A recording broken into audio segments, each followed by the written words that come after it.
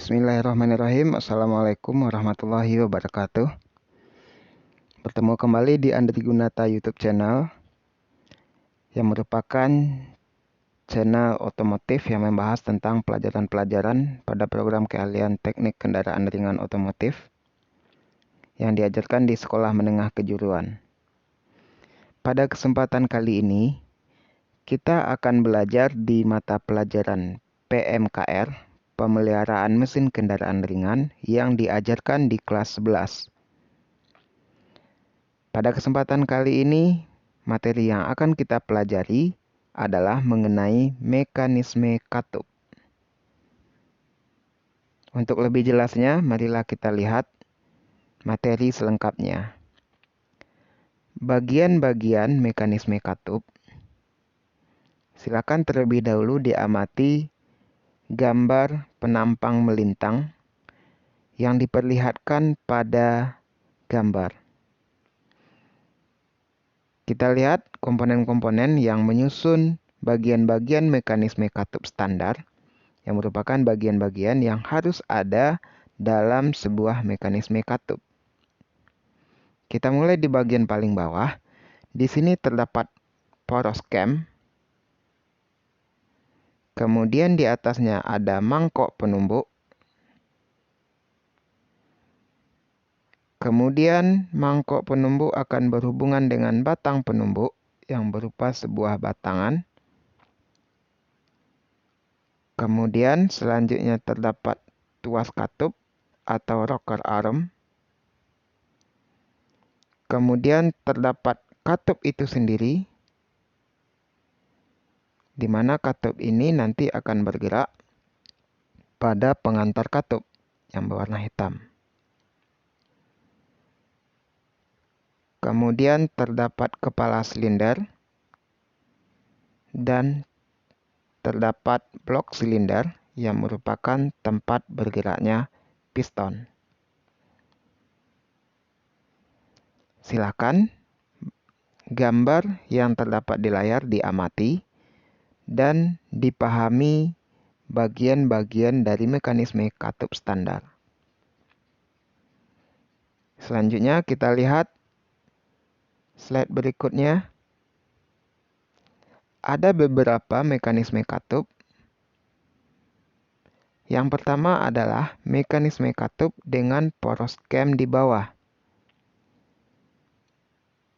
Pembagiannya adalah yang pertama merupakan katup di samping atau yang dikenal dengan side valve atau SV.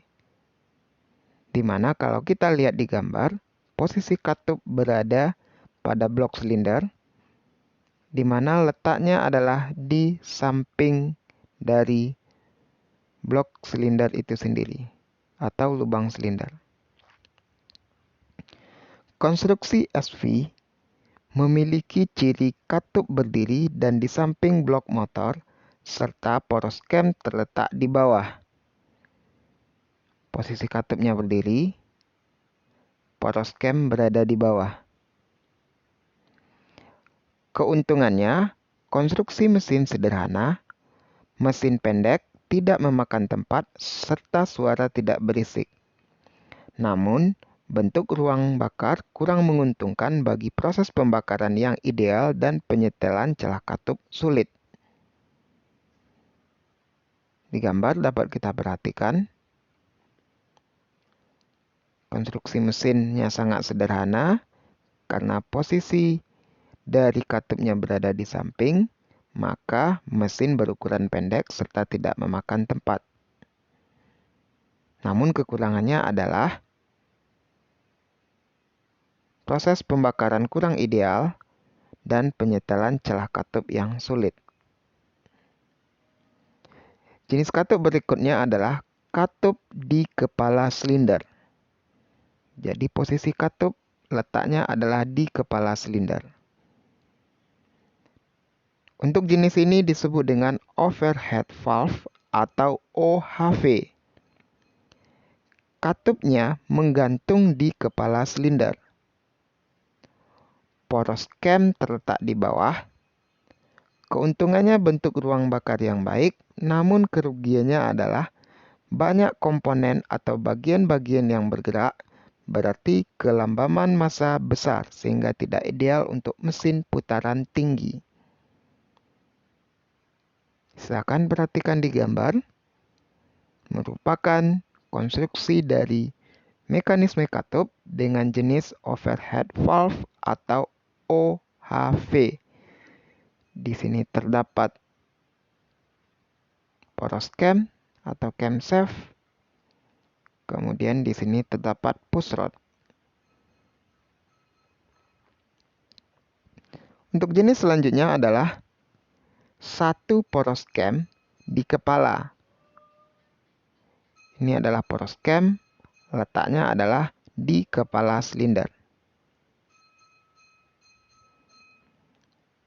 Disebut dengan jenis Single Overhead Camshaft atau SOHC.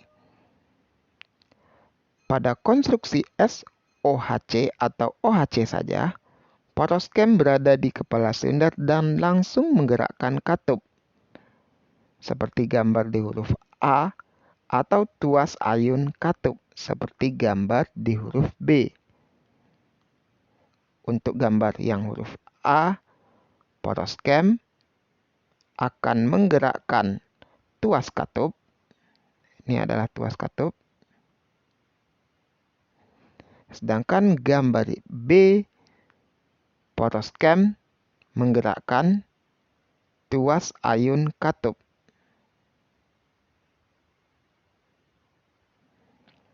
Keuntungannya, sedikit komponen atau bagian-bagian yang bergerak.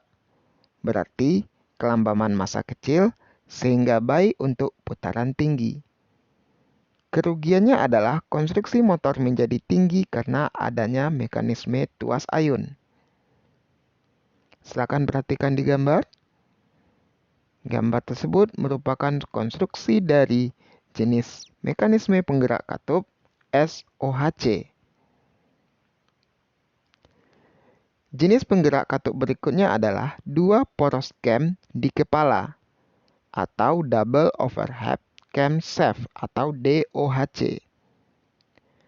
Konstruksi DOHC memiliki dua cam di kepala silinder.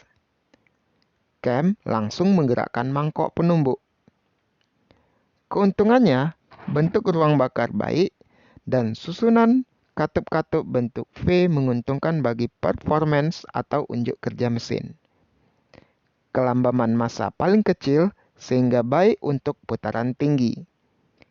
Kerugiannya, konstruksi mesin mahal, mesin lebih berat dan penyetelan celah katup lebih sulit. Jadi untuk DOHC terdapat dua poros cam yang berada di kepala silinder.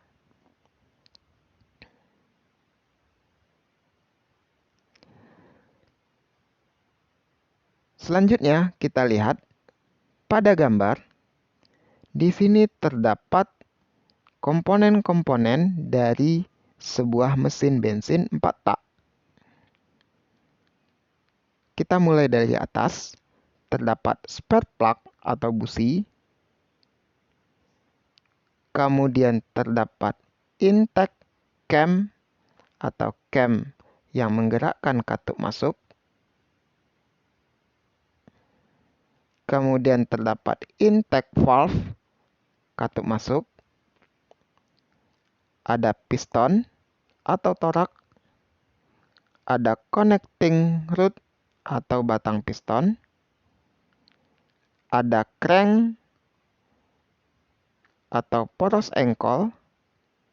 Ada flywheel atau roda gila. Ada gearbox atau kotak transmisi. Ada clutch atau kopling.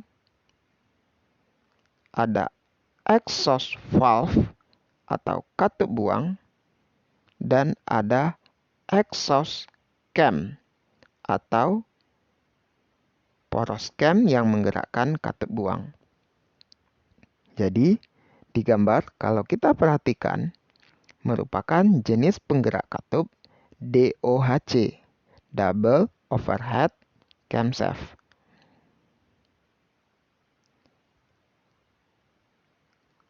Selanjutnya, untuk metode menggerakkan katup, ada 3 jenis. Yang pertama adalah jenis timing gear, di mana pada gambar dapat kita lihat di sini terdapat crankshaft atau poros engkol.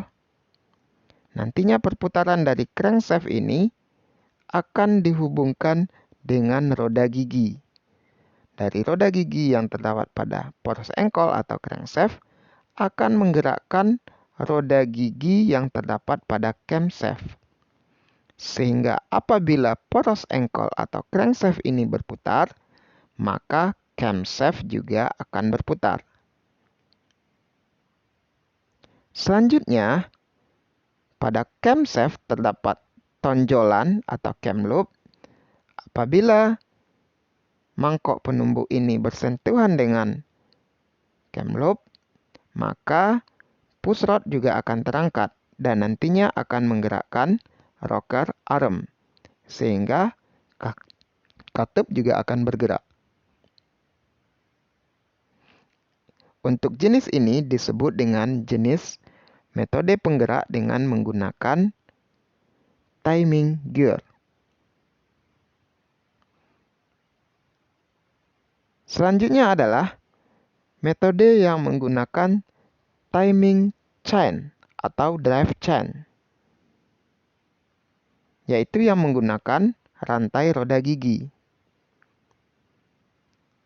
Pada gambar dapat kita lihat komponen-komponennya. Di sini terdapat rocker arm atau tuas penumbuk atau pelatuk.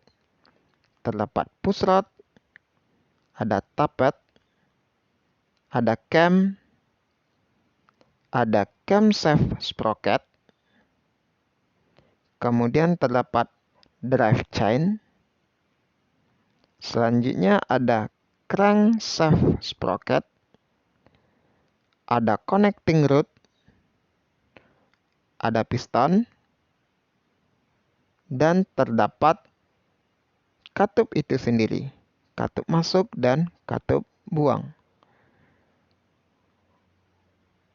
Untuk gambar ini, karena penggerak katup dengan metode menggunakan rantai, maka disebut dengan metode drive chain.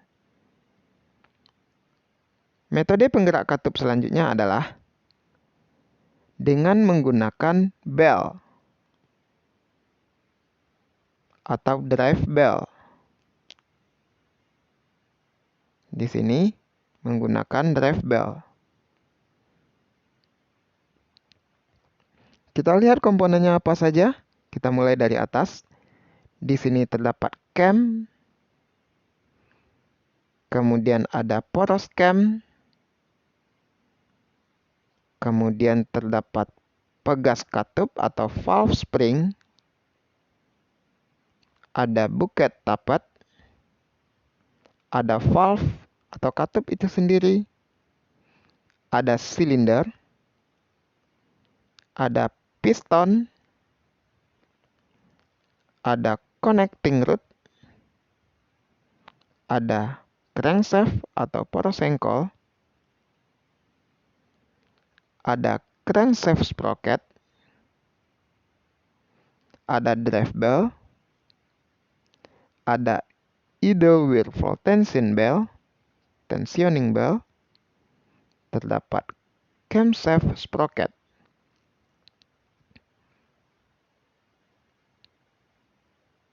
Untuk gambar ini, metode menggerakkan katup dengan menggunakan drive bell.